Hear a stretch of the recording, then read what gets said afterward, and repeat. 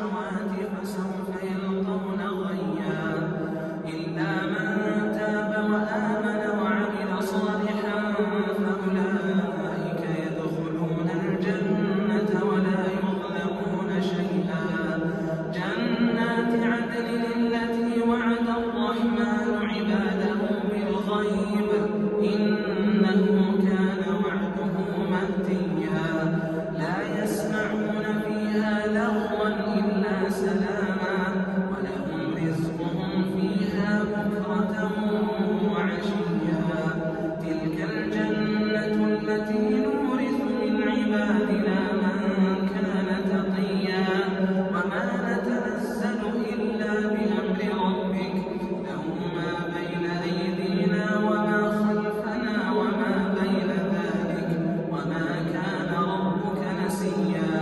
رب السماوات والأرض وما بينهما فاعبده واصطبر لعبادته هل تعلم له سميا ويقول الإنسان أإذا ما مت لسوف أخرج حيا أولا يذكر الإنسان أنا خلقناه من قبل ولم يك شيئا فوربك لنحشرنهم والشياطين ثم لنحضرنهم حول جهنم جثيا ثم لننزعن من كل شيعة أيهم أشد على الرحمن عتيا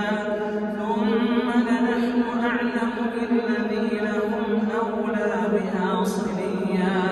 وإن منكم إلا واردها كان على ربك حتما مقضيا ثم ننجي الذين اتقوا ونذر الظالمين فيها جثيا وإذا تتلى عليهم آياتنا بينات قال الذين كفروا للذين آمنوا أي الفريقين خير مقاما وأحسن نديا وكم أهلكنا قبلهم من قرن هم أحسن أثاثا ورئيا قل من كان في الضلالة فليمدد له الرحمن مدا حتى إذا رأوا ما يوعدون إما العذاب وإما الساعة فسيعلمون من هو شر مكانا وأضعف جندا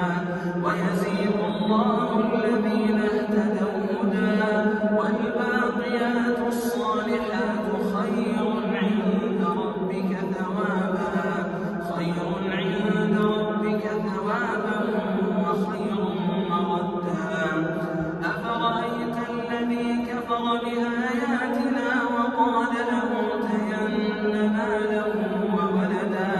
أطلع الغيب أم اتخذ عند الرحمن عهدا كلا سنكتب ما يقول ونمد له من العذاب مدا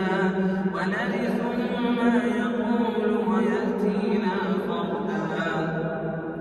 واتخذوا من دون الله آلهة ليكونوا لهم عزا